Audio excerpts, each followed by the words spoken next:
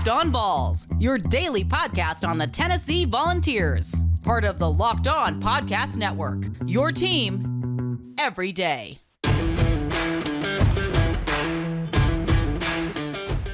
Hey everybody, welcome into a new week, another edition of Locked On Vols. Thanks so much for hanging out with me here today and making Locked On Vols your first listen.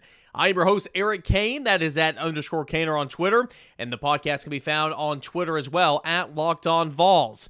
Thanks so much for watching on YouTube. If you're doing that, please go ahead and subscribe. Already over 300 subs. Remember, the goal is 1,000, so we are almost halfway there. So thank you guys so much. Great progress just 2 weeks in with the show being on YouTube. Go ahead, search at Locked On Vols on YouTube. Please subscribe and check it out there if you so choose. Don't forget, tomorrow is Twitter Tuesday when you take over the show. Any questions, comments, concerns you guys have on Tennessee basketball, Tennessee lady basketball, recruiting, football, whatever the case may be, Twitter Tuesday, those DMs are open and we're ready to roll. My name, of course, again, is Eric Cain, and I do radio in Knoxville, Tennessee. Those new to the show, you can find me on the airwaves on 99.1 The Sports Animal every weekday morning, 6 to 9 a.m. You can also read my work at volquest.com. That is the rival site covering the University of Tennessee, and of course right here on Locked On Vols. So some fun times was had on Saturday at South Carolina. Tennessee, had a first half lead, then it got close there towards the halftime break, and then came out and just exploded on into the second half. And three main points in this contest, for me, and I'm sure they're the same three for you. Zakai Zeigler just continues to be just a spark plug for the University of Tennessee. I mean, he is a good player. You talk about a guy that comes off the bench, first and foremost. You're getting production off the bench, but provides energy both on the offensive end and the defensive end. He's not the greatest shooter in the world right now, but boy, he was on from three the other day, shooting or making 4 of 5 from long range. He had a run where he didn't score, of course, anything in the first half, scored 10 points in just a couple of minutes there in the second half, and went on to score 18 points. I believe that tied a career high. 6 of 13 shooting from the field, 26 minutes and 55 seconds played in this basketball game, and he was phenomenal. Had 3 assists, had 3 steals. He turned it over 3 times, added 2 rebounds.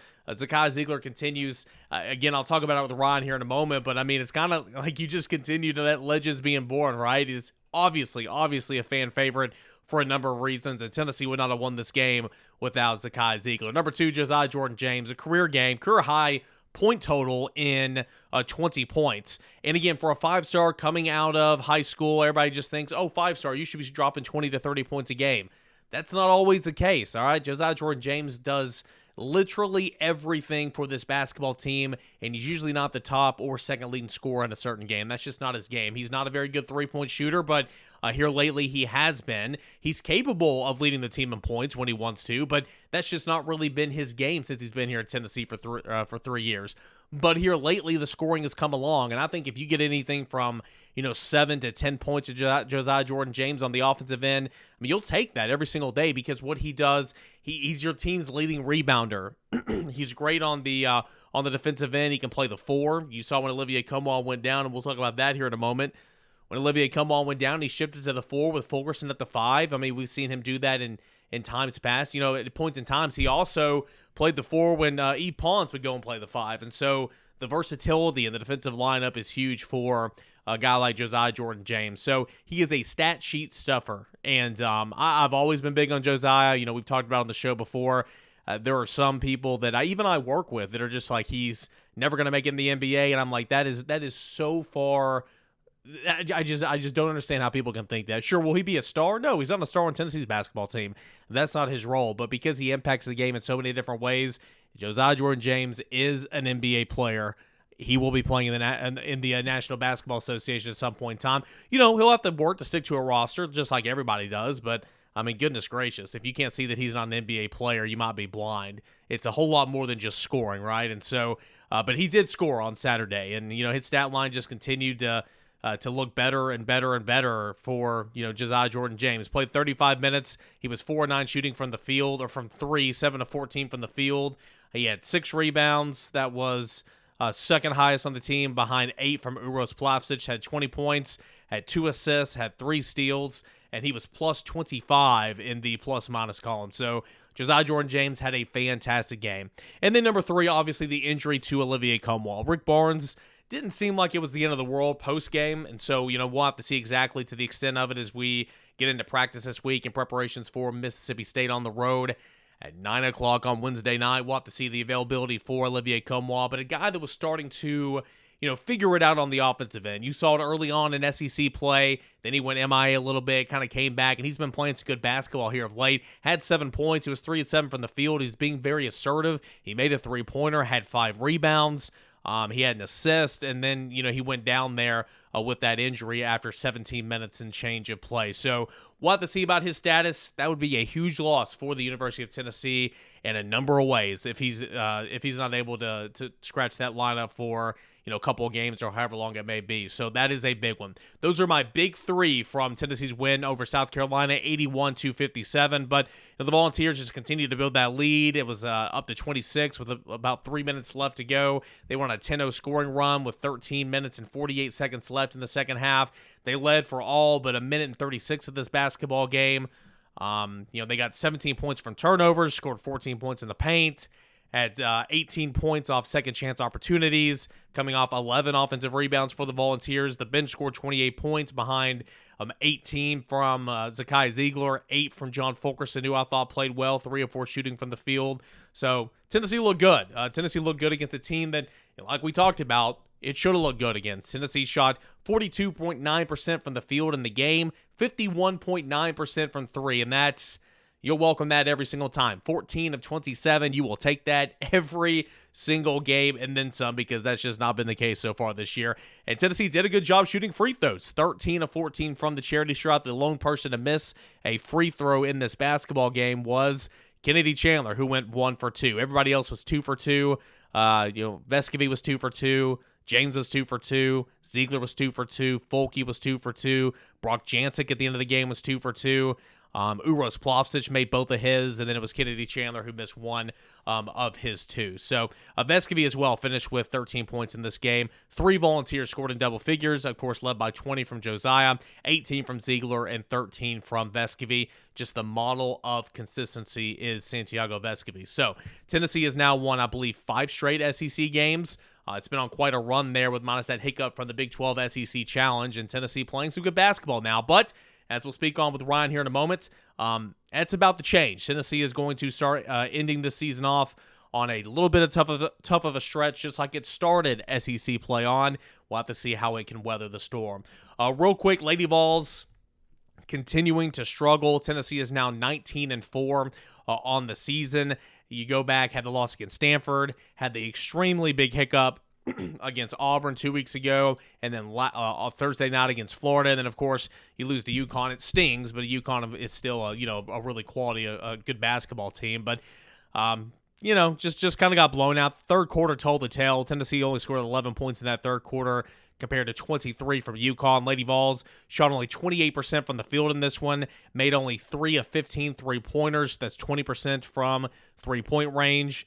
Was good from the charity stripe, but Jordan Horston scored 26 points. Ray Burrell added 11.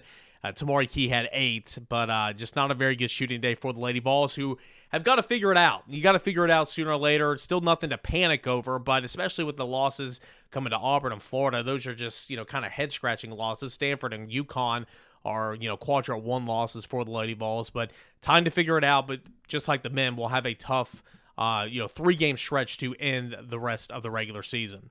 Ryan Schumpert of Rocky Top Insider, he will stop by the show in segment 2 to talk a little bit more hoops. But first, let me remind you about BetOnline. It's got you covered this season with more props, odds, and lines than ever before.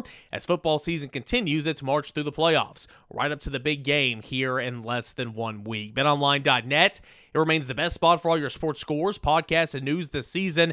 And it's not just football either. BetOnline has got you up-to-the-minute info on the pro and college hoops, NHL, boxing, UFC, along with live, real-time updates of current games. Don't wait to take advantage of all these new amazing offers available for the 2022 season. BetOnline, it is where the game starts. All right, welcome back into a Monday show here on Locked On Vols. I'm your host, Eric Cain. I want to talk a little Tennessee basketball. I want to bring on our good buddy Ryan Schumpert of Rocky Top Insider. a good friend of the program, now on video, so he made sure to comb his hair today. Ryan, what's up, man? Not much. How you doing, Eric? Yeah, doing really well, and Tennessee basketball doing pretty well as well. 5 straight SEC wins. They've won, outside of that Texas game, they've been on a nice little run here lately. But more importantly, it's been a nice little run inside conference play. 81-57 over South Carolina on the road. 2 times this season, Tennessee's really had its way with South Carolina. And the story of the day is Zakai Zeigler coming off the bench, scoring I want to say 10 points in 12 minutes, or 10 points in just a quick little run there. He finished with 18 points off the bench. He has been a spark plug for this Tennessee basketball team. He has been, and it seems like he blows the expectations out of the water every week. And played one of his worst first halves in the last few weeks against South Carolina. Had a couple turnovers, didn't make a shot, a couple bad turnovers that got him early hooks, and that combined with Santiago Vescovi being in foul trouble kind of allowed South Carolina to stay in that game early in the second half. And then, like you said, he took over back-to-back threes. Going blank on his name. South Carolina's basketball coach is bad. Said Frank Beamer, I guess. The Shane Beamer. Yeah, Frank Martin. Frank Martin takes a timeout. He comes over to the sideline, throws up, comes back in, scores four straight points, and nails 4 total threes in the second half. I mean, it's just remarkable. And you mentioned to use the word spark plug, and that's what he's been all year. He's been the spark plug for Tennessee. But as of late, his offensive game has been just much more consistent. I think it was first 14 games of the year, he scored double figures just twice. He's done it in 4 straight games now, 6 of the last 8. He's just clearly getting a whole lot more comfortable within Rick Barnes' offense, what he wants, and I think getting a lot more comfortable with that college competition that he's seeing for the first time. And when he plays the way he has as of late, Tennessee's potential has just completely changed because they have 3 guards who can really score the ball and start Tennessee's offense. And as has been the case all year, it's been about getting that offense because the defense is pretty steady every time out. Hey, he finished 6 of 13 from the field, 4 of 5 from three-point range, 18 points in 27 minutes, just giving Tennessee this huge boost off the bench every single night. And I don't like saying this because I feel like it's often thrown around like a little too much, but really it's just kind of a legend in the making. Of course, we hear about his backstory every single broadcast, being from the Bronx, playing pickup basketball, coming here to Tennessee a year early, expecting not a huge role with Kennedy Chandler here, obviously, but it just continued to grow. And then, of course, like a child spitting up on your mother, spitting up on Rick Barnes, going and throwing up, coming back and finishing it out. That was quite the story on Saturday. But that might take second place to what Josiah-Jordan James did. And he's a guy that, we've all talked about it for, the 3 years that he's been here. A guy just trying to put it all together offensively. Now, I think he's done that for the most part, the last 6-7 games in SEC play. He's been a guy that's going to get you around 8 points. And of course, he had a career high with 20 on Saturday. He's getting his rebounds. He does so much defensively with the steals, playing the 4 now at times. How big is Josiah-Jordan James? And can this offensive play maybe keep up for Tennessee? Because again, Josiah, what you're going to get from him defensively, but can he keep this up offensively? You're right, and that's this week. It's been I think the 2 best games he's played in a Tennessee uniform. He's been outstanding on defense, which, as you said, has been consistent in his 3 years. But the offense, he scored 14, just 7 shots against Texas A&M, and then, like you said, a career high 20 against South Carolina. Is he capable of doing that consistently 3 games out of 4? I'm not sure, but you mentioned the 6-7 games thing. And that's where I think he can give Tennessee. Over the last 8 games, he's shooting 16 of 40 from 3. That's right at 40%. He can do that. He can score that 7-8 points, hitting 2 open threes a game. I think he's 100% capable of that.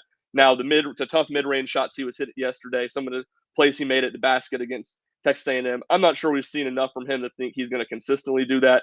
But when you combine hitting those open shots, being a complete threat on the offensive end, I think that does just so much for Tennessee's offense, especially with this 4-guard lineup. We've seen a lot more over the last week with him being that power forward spot, making the defense respect him, and then opening things up for 3 of the 4 of Powell, Vescovi, Chandler, and Zeigler. I think that does so much. And like you said, when you combine that with what he does on defense, the versatility, his ability to block shots, his ability to shut down a wing, his ability to be, I think he's top 10 in the SEC in steals. He does a little bit of everything on the defensive end. And when he's able just to give Tennessee really much of anything on offense, it's just huge because he's such a net positive, and it makes defenses respect him. A guy that's really started to put it together. Started SEC playoff strong. They kind of, went MIA along with a lot of the other front court players, but coming on and giving Tennessee a lot here the last couple of games. Olivier Nkamhoua goes down with an injury in this basketball game. Any late word from Saturday's game, maybe through Sunday, on the status of Olivier Nkamhoua? Yeah, there was some optimism from Rick Barnes. He didn't seem to think it was too serious after the game. While he made sure not to say anything too definitive, but that's what it seems like. He went back on the sideline for the last 5-6 minutes of that game. Didn't have any additional wrap on it. Was in his uniform still. Threw a shooter shirt over the jersey. Was kind of celebrating, maybe not jumping around, but standing around, moving around on the sideline. Certainly seemed to look fine. I'm not sure what the status will be on Wednesday, which is I think a huge game for him and Tennessee at Mississippi State. I think it should be an even matchup. Mississippi State has a strong front court. I think that's the game Tennessee's really going to need him for. So that's the big question. Long term, I don't think it's anything serious. What about the short term, and what about a game Wednesday where I think his presence is going to be really important for Tennessee? Talking with Ryan Schumpert of Rocky Top Insider, does a fantastic job covering pretty much every sports over on the Hill, the University of Tennessee, big friend of the program. We're moving on through February now. We kind of know what this team is, and I was talking with Will West on the starting lineup the other morning, and it's just kind of like, okay, we know what this team is, right? We know that it has some liabilities offensively at times. It can improve, sure, but at this point in the season, you kind of are what you are. But as Rick Barnes said at halftime against Texas A&M, hey, when they're shooting like that, and when they're playing up to their potential offensively, he's not surprised at all because he sees it in practice every day. For this team, what is this team at this point in the season? Again, we know what Tennessee's going to be defensively pretty much every single game, give or take. Offensively, it's been kind of hit or miss lately. For the most part this season, it's been more miss. What is this team at this point in the season? I think this is the team that defensively, that's the identity. Every single time out, they're going to bring it on defense. They're going to give themselves a chance to win almost every game. I think you look at it, that Kentucky game is really the only game Tennessee didn't have any chance to win. LSU game was a blowout, but they were able to cut into it and I think give a legitimate run. And then I think it's all about the offensive inconsistencies. And I think that starts with the fact that Tennessee doesn't really have any interior scoring, and that makes them a team that's relying on their 3-point shooting on the offensive end. And I think Kennedy Chandler can get to the basket and score some. Zakai Zeigler can get to the basket to score some, but they can't score enough to make up for the deficiencies that the front court has in scoring at the rim. So I think that's why you see such inconsistencies with this team, that even though defense is consistent, the offense, you can get a team that, just like we saw this past week at Texas, they go and score 55 points. They had, 35 points in the first 35 minutes of that game. And then the next time out, they score 90 points. When it clicks, there's a good chance it'll look pretty because they have 5-6 guys that can hit those open shots and 3 guards that can get into the paint and create stuff for other guys. But when it's not in rhythm, when they're not playing with force, when they're not playing with good movement, it can become ugly. And Tennessee doesn't have a great answer to it. They don't have a go-to scorer that can go out and get them out of a jam. And I think we've seen that a lot this year with the long scoring droughts have obviously been a big problem with this team. And I think that's a big reason why there's not a guy you can give the ball to and say, hey, go get us out of this. And that's why you've seen so much inconsistency on the offensive side. Yeah, Tennessee will be back in action the midweek at Mississippi State. A team that has lost 3 of their last 4. Some tough competition, of course. Lost in overtime to Kentucky last week. Lost to Texas Tech. Beat South Carolina, and then came up short at Arkansas on Saturday. That game's going to be Wednesday at 9 o'clock. Gotta love it. But then you got Mississippi State, Vanderbilt this weekend, Kentucky, Arkansas, Missouri, Auburn. I mean, yeah, sure, the schedule's been easier of late, but it's going to get challenging again here for Tennessee to end this regular season stretch. You're absolutely right. And when you looked at Tennessee's schedule, it was really hard at the jump with those 3 of their first 5 road games at some of the best teams in the league. Kind of easier towards the end of January to start of February, but then that close is going to be hard again. So Tennessee's done a great job of taking care of business these last, it's been now 5 SEC wins. They've beaten some good teams there, but it's been good teams at home. And I think you go into this final stretch with 4 games that Tennessee should take care of business in, and 4 that I think are pretty close toss-ups with that Auburn Kentucky game at home, and then road trips to Starkville and Fayetteville. So I think if Tennessee can go out, split those 4 games that seem to be toss-ups and take care of business, I think that should be the goal for Tennessee, and I think that puts them in a really good spot to finish top 4 in the SEC and be a top 4 seed in the NCAA tournament. So plenty to pay attention to and look forward to with Tennessee basketball. Tennessee baseball here in, I want to say about less than 2 weeks now. Tennessee baseball will start its season. Season number, what is this, 4 with Five. Vitello? 5. Okay, Season 5. 5, And yeah. trying to make a return appearance to the College World Series. That would be good. Not the greatest offseason. You lose your strength coach. You lose a couple of top arms, at least to start the season, but a lot of talent there for Tony Vitello trying to, compete here in this tough SEC every single year. No doubt, in the blows they've had on the pitching staff, huge to start the year. Obviously, Blade Tidwell out indefinitely, and I think that's the worst part about that one is there's no clearance on when he's going to be back. Now, there's optimism that he'll be back, but I don't think they have any idea when that's going to be. Seth Halverson, same thing. He's going to be back sometime in the middle of SEC play. Good depth on the pitching staff, so I think it's not going to be obviously a big blow, but they should be able to sustain themselves. Frank Anderson, I think, one of the best pitching coaches in the country. Where I think that hurts is, one, the high-end potential with this team, and then two, I think the amount of new faces you have in that batting lineup, especially in the infield. It's going to be 4 new starters at 5 spots. The pitching I thought was going to be able to carry them for a while as they figured that out. They might not be able to carry them as much, but still a ton of talent on this team. A team that's going to be in the top 25 for, I think, most of the season. A team that's going to compete to host a regional again in what should be a really exciting season. Ryan Schumpert's RTI, man. What do you got coming up this week we can check out? Yeah, plenty of stuff. We'll have the starting 5 Monday afternoon, recapping everything from the last week and kind of taking a look forward for the basketball, and then start rolling out some season baseball previews, looking at the pitching, bullpen, new starters, predictions, all that stuff. There should be a handful of articles this week kind of looking at that as the Tony Vitello's 5th season. He always talks about it's always about climbing and climbing and climbing. They climbed pretty high last year and they lost a lot. It's going to be interesting to see if they can keep going up. And Ron will tell you all about it all season long. Ron, thanks so much, man. Yes, sir. Anytime. That is Ryan Schumpert, Rocky Top Insider. Again, one of the hardest working young guys here on the Tennessee beat. Pick your sport, football, basketball, baseball. He does it all. All right, we'll come back. We'll conclude here a Monday show. But I want to tell you about Built Bar. All right, New Year's resolutions a lot of the times. If you're trying to lose some weight, get fit, and add some protein to your diet, I encourage you to check out Built Bar. All right, have you tried the new Puffs? If you haven't, you're missing out. One of the Built Bar's best tasting bars. Puffs are the first ever protein infused marshmallow. They're fluffy, they're marshmallowy, they're not just a protein bar, they're a treat, and they're covered in 100% real chocolate. Puffs are a fan favorite with some incredible flavors: yummy cinnamon, churro, coconut, marshmallowy, banana cream pie. So good. You just add a Y to all these adjectives here. These are going to be your new favorite. All Built Bars, though, are still covered in 100% chocolates. Yes, the Puffs included 100% real chocolate, low in calorie, high in protein.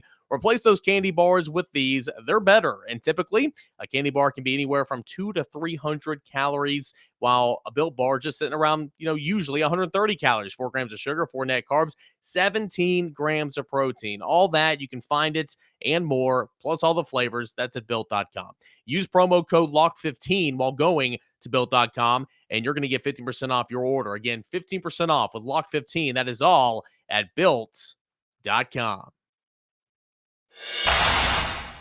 One more segment left here on a Monday Locked On Vols. I'm your host, Eric Cain. Glad to have you guys here with me today. Don't forget to subscribe on YouTube. Locked On Vols on YouTube.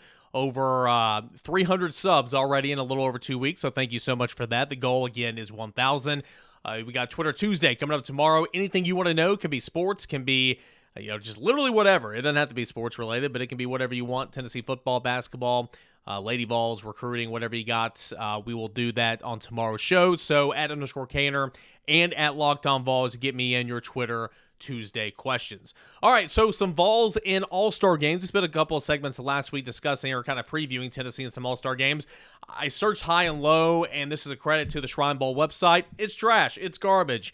Couldn't find any defensive stats for this football game, so I can tell you that both Matthew Butler and Theo Jackson Thursday night in Las Vegas, they played They played on the winning team. Team West held on to beat the East 25-24. It's quite a comeback for the East squad. And why Tennessee players are considered on the West squad, I have no clue. But again, Matthew Butler and Theo Jackson came out victorious. Those two guys played a lot of snaps on the defensive side of the football. Couldn't find a stat sheet, so I apologize there.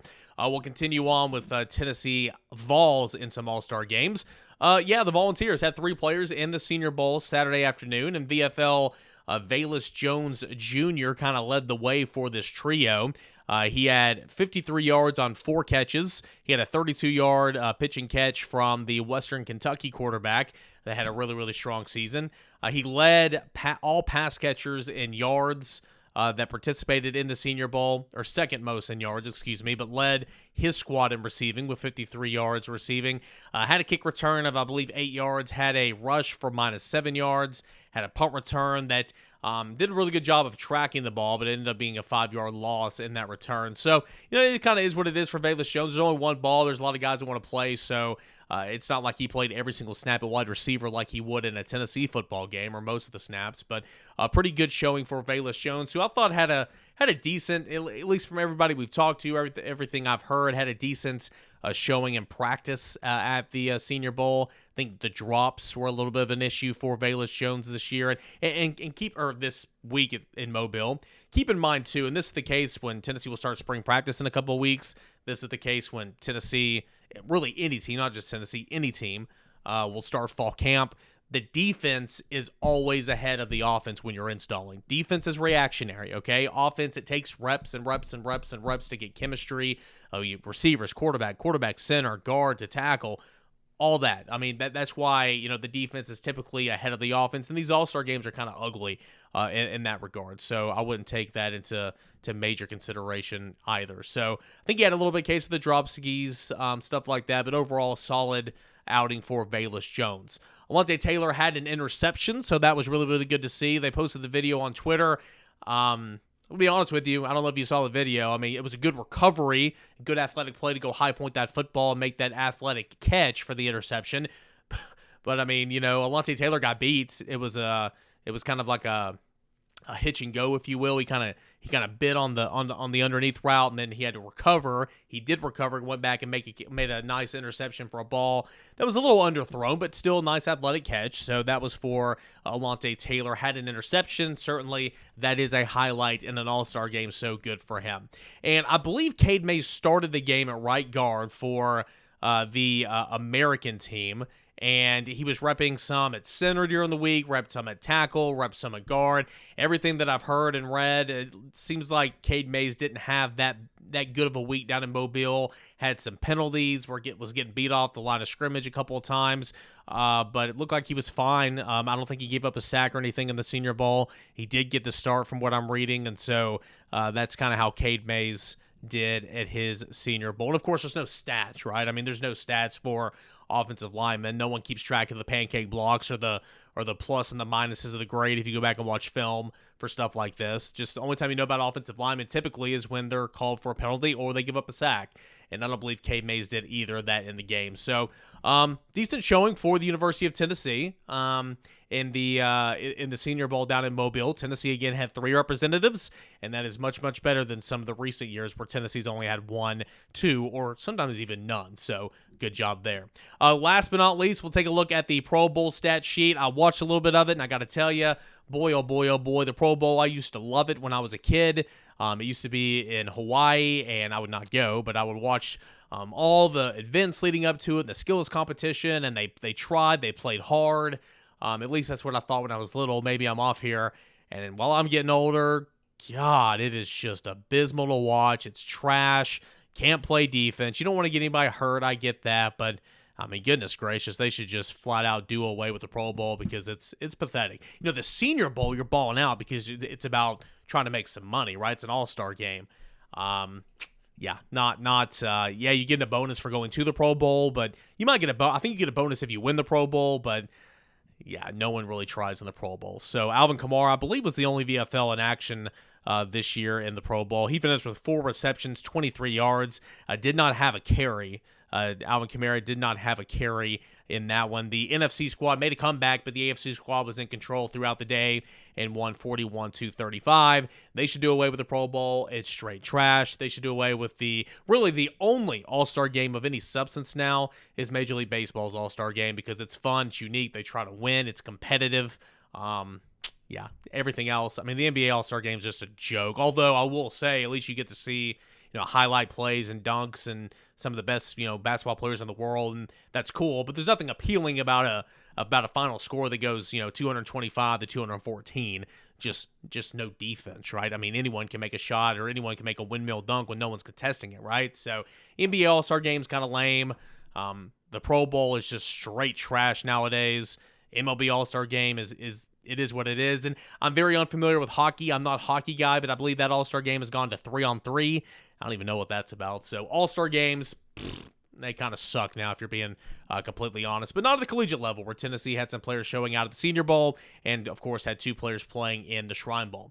All right, that'll do it here for a Monday Locked On Vols. Had a whole lot of fun with you guys. Let's do it again tomorrow for Twitter Tuesday. Any questions you have, get them in at _Cainer at Locked On Vols. We'll take time on the show tomorrow to read them off and answer those questions or have a discussion about whatever you want to talk about. That's coming up on tomorrow's show.